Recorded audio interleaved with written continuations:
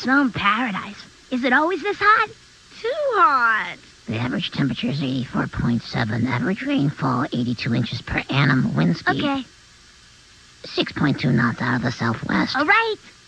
We also experience Stop! the occasional monsoon. Welcome to Checkered Childhood, a classic Cartoon Network podcast covering many, many years of Cartoon Network's history. I'm funky. I'm fresh. Hi, the Powerpuff Girls. Hi. Not now, boy. I'm busy. Tonight's the third night. Aloha, ToonHeads. Would you like some fresh turtle soup? Or perhaps I could interest you in some coconut milk with a little paper umbrella? I'm your host, BDubs, and this is Checkered Childhood, a classic Cartoon Network podcast dedicated to all things animation from the 1990s to the early 2000s.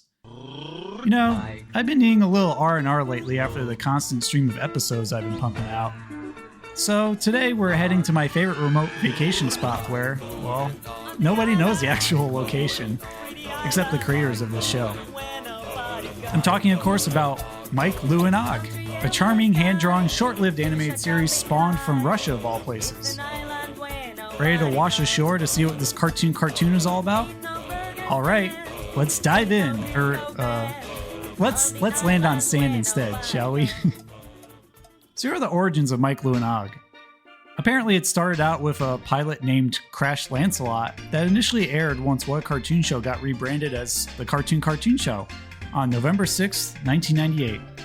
It was successful enough to be picked up for a series alongside Courage the Cowardly Dog and I Am Weasel, a tune previously existing between Cow and Chicken segments on their own show. The pilot involved Mike and Og building a simple vehicular transport out of natural materials to get to the beach and out of the sun. Naturally, Lou didn't want to put in any hard work, so she relied on a nuclear-powered luxury car with her pet turtle Lancelot at the wheel to get her there. You can guess what happens next by its title. How splendid. Now that is a car. Nice. Very nice. What? Wait. Hello? Where are you going? The pilot kicked off the Cartoon Weekend Marathon, along with other pilots available at the time, like Kenny and the Chimp or Utica Cartoon, where it was warmly received, so it was shortly picked up for the series. There are some notable differences between this short and the series shorts before we move on that I'd like to point out. In addition to it being just 7 minutes long, instead of the standard 11, in order to follow What Cartoon's 3 short format per half hour, I also noticed that the credit sequence is a bit different, with little vignettes of characters doing some sort of action in a loop, many of which would foreshadow future episodes, such as Lancelot on roller skates or Lou walking on elevator sandals, among others. It's also worth noting that Queeks, the old guy, the really, really old guy, he makes an appearance in these credits, despite not being in the short at all. And that goes for the pirates and the talking animals too, which I thought was really interesting. Conversely, Wendell is absent even though he was in the short, but I'm sure they were hinting at what's to come by teasing all these characters here if they had them in development already. Lastly, this was just one of 2 episodes in the series directed by Mikhail Aldashin, who served as the co-creator responsible for the look of the show, which was influenced by his time working on both Rugrats and Odd Real Monsters at Klasky-Csupo before. Come on, we're gonna find pirate treasure. Show info, of course, is Mike, Lou, and Og, and it was created by 3 co-creators, Mikhail Schindel, Mikhail Aldashin, and Charles Swenson. It was produced by Pilot Films in Moscow alongside Kino Films in LA, and they all had different roles in creating the look of the show. The theme music was by Igor Yuzov, and the theme and credits music was performed by the band the Red Elvises. The composer for the in-show music was Oleg Bernov, so mostly a Russian cast for everything that you hear throughout the show. The format basically involves a lighthearted 2D animated comedy comprising of 52 11-minute segments contained in 26 episodes over 2 seasons. It is the 7th original cartoon to be made for the channel, trailing behind Dexter's Lab, Johnny Bravo, Cow and Chicken, Powerpuff Girls, and Ed, Edd and Eddy in that order. The air dates of this show was November 12th, 1999 to May 27th, 2001. Although, unfortunately, it was the first cartoon to be canceled. But we'll talk about that a little bit later. Not much is known about Kino Film, that had a hand in production, other than it was formed in 1996 by Mikhail Schindel after leaving Acme Filmworks, which was an independent film studio where Time Squad creator Dave Lawson also created short animated films. You may remember from the previous episode that we covered one of his episodes of Time Squad, Betsy Ross Flies Her Freak Flag for the 4th of July. Take a look at that if you're interested. Apparently, the only production under Kino Film's belt in its history was Michael and Og, so there's not much more information that could be found on the internet, even when I dig deep, but it is what it is.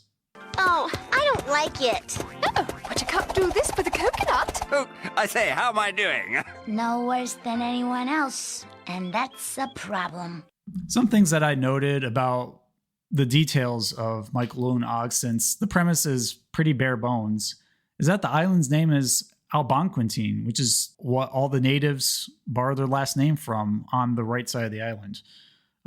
There's also a group of people in their own tribe called the Cuzzlewits, and they don't really get along too well with the Algonquins. They're a bit more primitive in their behavior, and we get to see them interact with them in the school episode where Mike tries to teach them lessons. But other than that, we don't get too many interactions with them. They kind of like to do their own thing. Geez, I don't know what to say. I just remember what I wanted to say.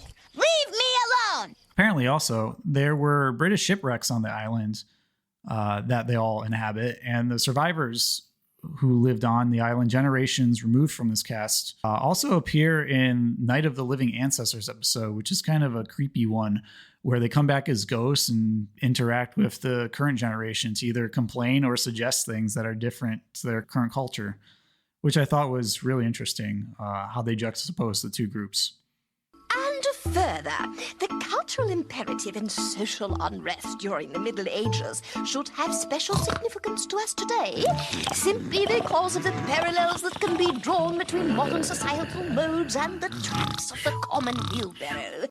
Speaking of culture, the one that you can kind of sense with all the dialogue between all the different characters and all the activities that they do for fun, that emerged from inhabitants building their own village through a blend of English and Polynesian traditions, although it's a little bit disjointed and inconsistent with actual history of each country.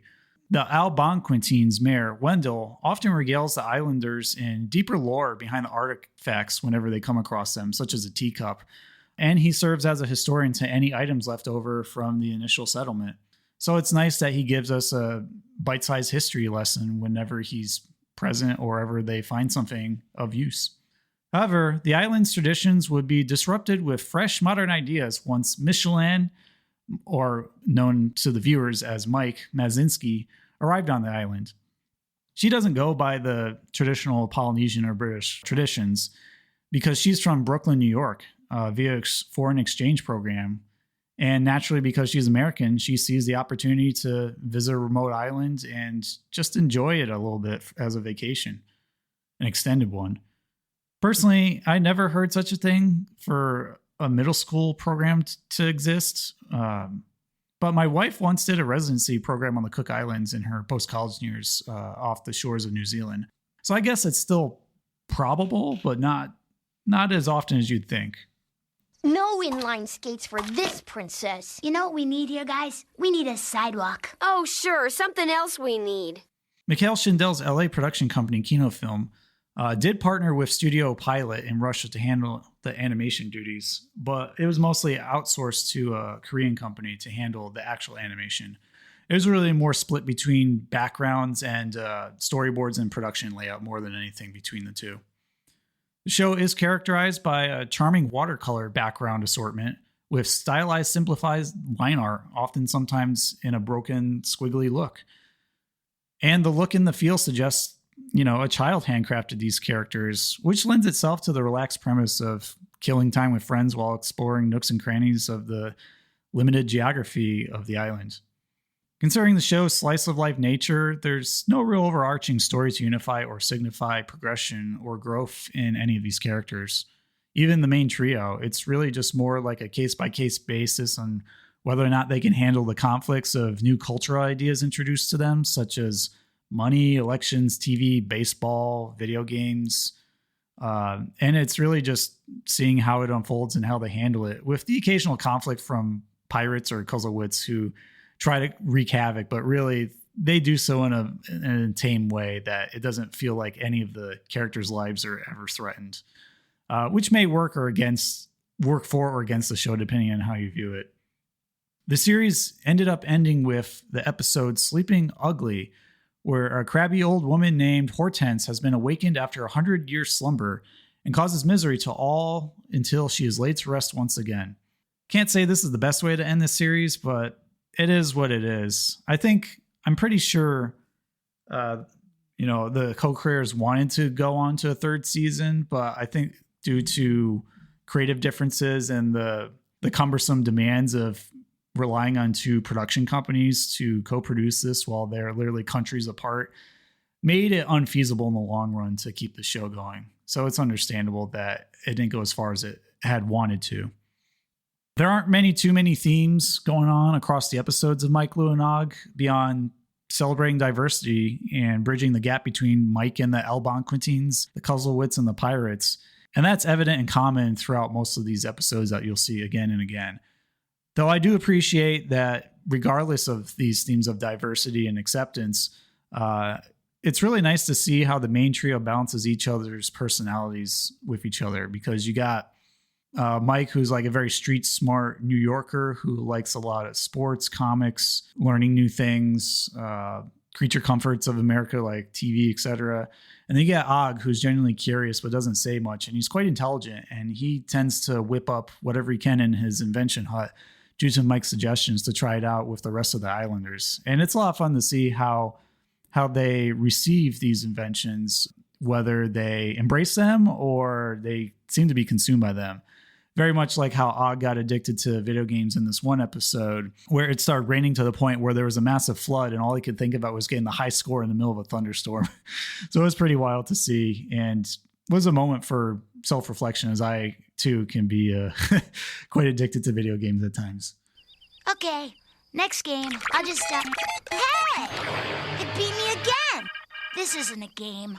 This is punishment. Moving back to the history of the show, I do have to say that it was canceled due to poor ratings at the time when they were shifting to Cartoon Fridays. And the three co-creators pretty much had a falling out due to not agreeing on who is really in charge among the three. This also contributes to the lack of a third season, though I'm sure there's some demand. Likewise, the viewer reception is a bit mixed, even if it does seem like a very happy-go-lucky show, where it seemed like the kids who remember this show fondly really enjoyed its laid-back setting, but the adults disagreed, saying that they quickly grew tired of its aimless small-stakes adventures. And I think depending on what demographic you see this show for really depends on your perspective. I myself grew up with it, so I enjoyed the charming Klasky-Csupo-esque look, though I do find myself not wanting to watch this in large chunks, preferring just like an episode or two per sitting to enjoy the overall island feel more and getting less into the politics and the nitty-gritty of their adventures and interactions with other islanders. Although that's not to say there aren't any good things here. I mean, there is. The roller skating episode was a blast to watch. Even seeing, Mike listen to her boombox and then Creeks get upset at her only to have the ghosts of the previous ancestors enjoy the boombox was a fun turn of events. So that's kind of the slice of life plot that's going on that you'd expect in the show. It really depends on which episode you watch. I don't think there's any strong or weak one. It's just a matter of what kind of topic of the day you prefer. Unless you do something, you're going to lose the election. Everybody's going to vote for Mike, and we'll be out on the sand. I did note that there's also a second wind of Mike, Lou, and Og despite its cancellation due to a brief revival of reruns over on Boomerang when it became its own channel. And this lasted from 2006 to 2011 and had a brief return in 2017 due to demand. So that was fun to see it still live on for people who wanted reruns, or at least remember it fondly. The natives are getting restless, so don't go anywhere. There's more of Mike, Lou, and Og on the way on Boomerang. As far as I've seen, it was last on streaming services during the pandemic in 2020, mostly on HBO Max, although it was on Amazon Prime and a few others as well, but can currently be found as release date of this podcast episode on YouTube via the channel Monkey the Channel, which has like a pink Hanna-Barbera cat as the logo avatar. So if you're interested in checking out these episodes for yourself and getting your own impressions, go look that up on YouTube. I recommend it. So I talked a little bit about the characters of the show, but I really didn't go too far in depth. Let me lay them out for you so you know who's who and who to look out for when you're watching. Starting off with the kids, we have Mike. I mean, she's a street smart New York City gal who likes all the things I mentioned before. She's very tough. She's very optimistic. She's a real go-getter, and she acts as the leader and the glue that holds the trio together of the main title. She's very good at thinking on her feet, which definitely comes in handy whenever they get into sticky situations. Come on, Og boy. We got work to do. Well, that's it. Only one thing left that we need. Whose picture will be on the money? It should be the Wagga Wagga. Wagga Wagga? It's our national bird. As for Lou, well, she's a bit of a drama queen, or rather, I should say, a self-appointed princess who undoubtedly is spoiled by her governor father, Wendell. And she's quite obsessed with winning, almost to a fault. Like, even when the purpose of trying out something new, like watching TV, there's no point in winning at TV, but she has that like self-conscious need to feel important through winning. So I guess it pops up repeatedly. She's not the wisest or the cunning or even most modest of the characters that we see on the show, but she is eager to learn about Mike's culture while exchanging some of her own lore and knowledge that she's picked up along the way. And I kind of find her interactions with Lancelot at times are quite endearing. It's just a shame that Lancelot doesn't talk, but I think that adds to his cuteness and charm. Come on, Lancelot, you can do it. Attaboy. Good, Lancelot, good boy. Halfway's not bad. Keep working on it, you'll get it. We also have Og of the main trio, who's a timid boy genius and is voiced by D. Bradley Baker, of all people, who's quite known in the voice acting world.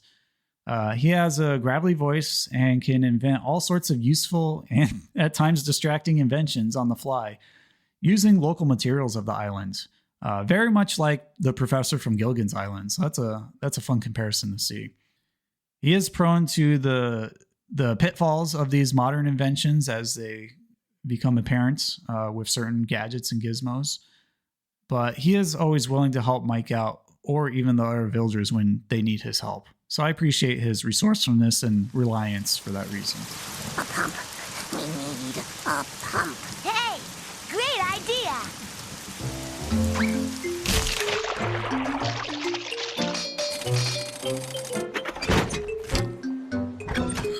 Well done, Og. Good man. Hooray, I'm saved! Moving on to animals, we have Lancelot, who's Lou's pet mute turtle that loves going on adventures wherever the trio goes, mainly because he likes being a part of the action, even if he's at times the hostage, as we see in the episode where the pirates capture him and try to make him into turtle soup. He's faithful, loyal, and caring, even if his owner is a bit too preoccupied with winning every sport Mike shows her. But he's shown to be quite an amusing character in his own right. We also have Pig, who's actually one of the few talking animals that exist on the island. She has an uppity tone to her voice and loves to talk philosophy with other vocal animals, particularly on Plato, Socrates, and Sigmund Freud. So she's quite intelligent despite being a barnyard animal. And I always wondered why they made that decision with these particular animals to have them talk and speak in such a way. I guess it's to counteract how, I don't want to say ignorant the islanders are, but they're definitely more bewildered and curious by the new things that they learn in each episode, more than these three animals who just kind of observe and comment on things happening. I say Socrates was a fool. It's bad enough the stuff would kill you, but it tastes bad. We have Porcupine, who's also intellectual talking animal, occasionally interacts with the islanders. Very similar to Pig, not much to add here. And then we have Goat, who's the third cognizant animal who loves striking up conversations. And he tends to be the more agitated of the group, but also the clumsiest, as he often gets in the way with his horns, or just pries too much when he's eavesdropping. What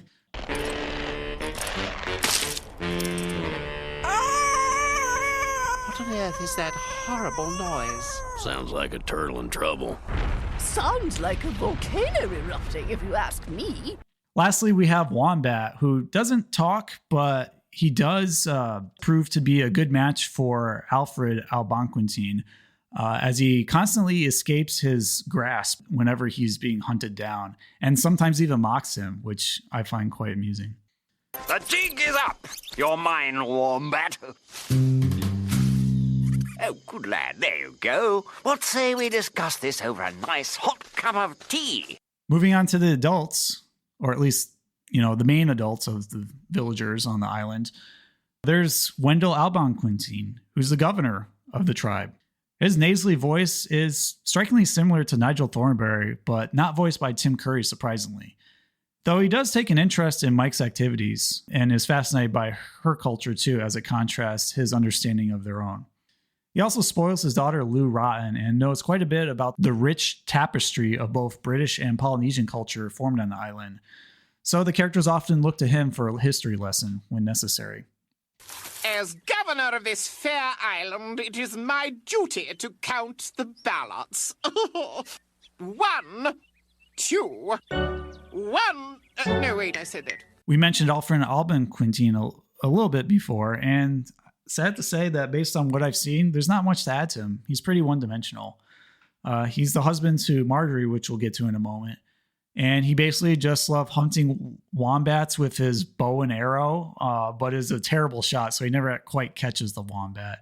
Though he shows a very fierce love for his wife and sometimes gives wisdom to Michael and Og whenever they feel stuck. Hang on, you rascal. I'll get you yet. Where's my bow and arrow? Suction cups away! As for Marjorie Albanquintine, the wife to Alfred, she's played by the famous voice actress Kath Soucie and is the loving matriarch of the Albanquintine Islanders. She's helpful, she's supportive, and nurturing while naturally curious about Mike's new customs and technologies. Gracious child, be careful! Don't bust a hydrant, it's only a cup. That particular cup is the only one we have left from the wreck of the good ship Betty Ann. Then we have old Queeks Albanquintine, who's rather cranky and elusive, as he resides in a cave, shaking his cane a lot to everyone else and occasionally performing witchcraft to get back at other islanders or just causing mischief with his red voodoo mask. He's the oldest living member of the Albanquintine tribe, but he pretty much plays a trickster personality type. Stop! I want you both out of here this instant! You hear me? But the dust! It's my dust and you can't have it! Now get out! Oh, fine. As for any others that you might see on the show, we did talk about the pirates before, but they don't have too much personality as well. It's just more like 3 pirates who occasionally show up and make a big fuss about some sort of plans to either capture something that they want from the Albanquine tribe or try to find buried treasure, but not very good at it. It's kind of just thrown in there, to be honest, although I like their design. There's like a main one with a captain hat. There's one with a fez and one with like a paper pirate hat. So take with it if you will. I mean, that's all I can really say about them. Lad, stop chewing on me wooden leg. Now look what you've done. Me wooden leg needs a wooden leg. Maybe it's time we did the next best thing. Maybe it's time we check the treasure. What? Are you daft? The checking of the treasure is not a thing to be done on the spur of the moment by imbeciles like yourself. I don't know, guys. It's not all that hard. Check it out. And then lastly, we have the Cuzzlewits, which is the rival tribe that appears on the other side of the island. Mike ends up befriending them because, you know, she's open to different people of all walks of life. Though Lou and Og and some of the other Algonquins are a little more apprehensive when they interact. Naturally, because they have a rivalry that have started due to their own customs that they've acquired from their forefathers when the islands was settled in the past. Don't have much to add there, although they're a little bit more primitive in their interactions. I mean, you got two boys who mainly talk and grunt, and then one girl who's pretty snooty and proves to be a fair match for Lou. So there's that. He look like teapot. Rutabaga with legs. Let's tip him over. And see if he can get up again. And, you know, that's pretty much what I got for Mike, Lou, and Og. It's a short series. This is basic overview retrospective. So if you want to dig a little bit deeper, I definitely recommend you check it out on YouTube, which is the most reliable source as of right now. HBO Max, if it happens to reappear on that streaming service, or you can find it on the Internet Archive, which does a great job of preserving classic Cartoon Network shows, along with Amazon Prime and Apple TV if you happen to have those services. Some episodes of Mike, Lou, and Og I recommend starting out with include Crash Lancelot, which is the pilot, Sultans of SWAT, Roller Madness, The Tube, Elephant Walk, A Boys Game, and Whole Lot of Shakin', which I didn't really cover, but essentially involves Mount Henry on the island erupting with volcanic activity. And you can't have a good island show without some volcanic action. Yes, I seem to be surrounded by molten rock. I did note that there was a few other things tied to the show, but it's very, very scant. Like, it's breadcrumbs compared to some of the other show retrospectives I've done and have plans for. I did find a 2005 movie poster for an animated feature film that was supposedly in the works called Mike, Lou, and Og Journey Back to Manhattan, where we get to see Mike's perspective of New York with Lou and Og. But unfortunately, that didn't really materialize into anything, though it's set to be distributed by Warner Brothers. And also have a fictional singer played by Sting. Billy Powers is the fictional singer's name, which I found very unusual, but cool. I also found a Toy Builders quote-unquote flash game via Cartoon Network Interactive in 2000, which is on a very old website. So I don't think it really works now, but you can see footage of it on YouTube if you're interested. It's as basic as they come, but hey, they did something to promote the show. And then lastly, there was a UK Region 2 DVD release of Mike, Lou, and Og DVD, but it only has 3 random episodes on it for some reason. I thought it would have 26 because the art on the cover made it look like it did, but unfortunately not. So what are my memories of Mike, Lou, and Og growing up? Well, I touched upon it before, but I did see the pilot when it first aired on the Cartoon weekend where it premiered. And it was a ton of fun to tune into at the time. And it reminded me of my love of island and jungle themed cartoons and video games, ranging from the obscure Tomba on PlayStation and Crash Bandicoot as well, to things like that caveman character on Pogs with his island designs on there. Also, the Klasky-Csupo art style did keep me coming back for more, despite often missing the show on the early days of Cartoon Fridays and repeats. But nowadays, because of the convenience of the internet, even if you have to dig a little bit for the episodes, when I watched this for the retrospective, I was very relaxed by the chill nature of it. But don't feel pressured to binge the whole series, as the episodes are self-contained and don't really have an overarching storyline running through them all, especially due to the lackluster ending that just seems kind of random. The show may be a lot to handle as a complete series, but truth be told, it's quite comforting in small doses, so worth checking out episode 2.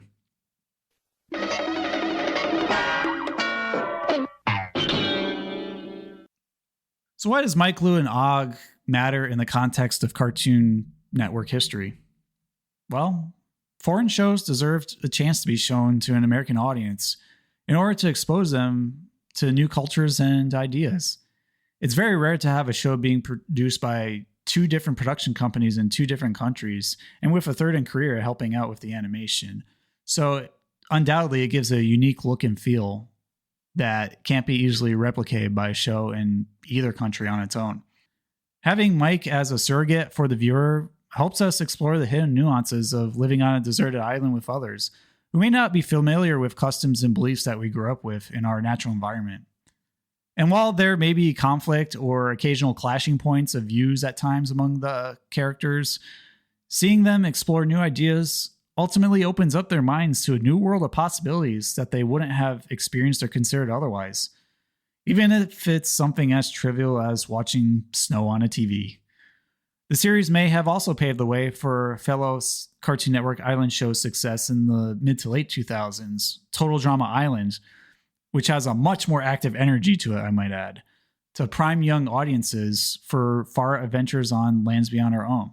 So, if nothing else, this show is a footnote during a semi-transitional period of Cartoon Network history, worth sampling at least once as you go through it. For further exploring, you can go to the Animation Magazine article or the Reddit Reacts to Mike, Lou, and Og links that I put in the show notes of this podcast. So here's our closing question. What do you find most memorable about Mike, Lou, and Og? Is it the theme song? Is it a particular character? Or maybe there's an episode you hold fondly in your heart? Share your thoughts with me in an email, which you can reach me at checkerchildhood@gmail.com. Or you can also comment on Spotify, YouTube, or Instagram to share your thoughts and memories with me. If you're feeling generous and want to help the show expand even more cartoon enthusiasts who could use a good dose of nostalgia paired with wisdom, you can also rate and review this podcast or even leave a comment on the episode so that it gets more engagement and gets out there more. Whatever you want to say about it, I'd love to hear it.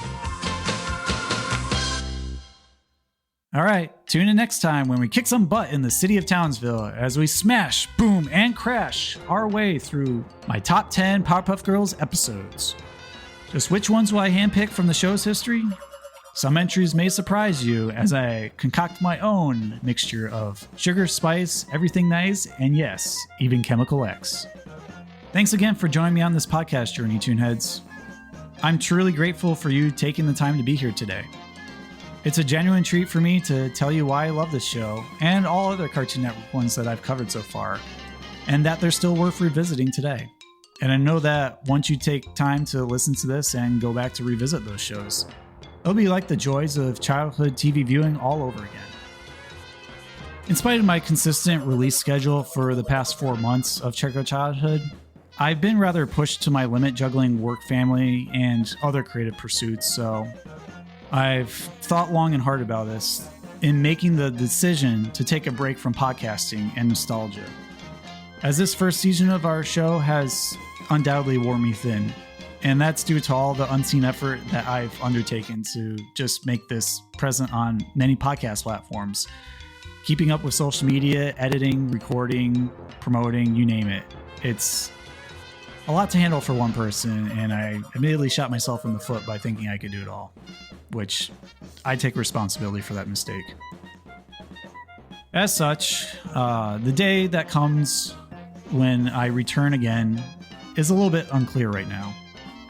I'm confident that with any constructive feedback I'm given, I can take it and make any necessary tweaks and adjustments regarding the format, and it will make the podcast all the better for having it being applied. Till then, hard to say if I'll return or not, but thank you once more for listening, my cartoon-loving friends. I think it's about time that I check out for now. I've been your host, BDubs. Later.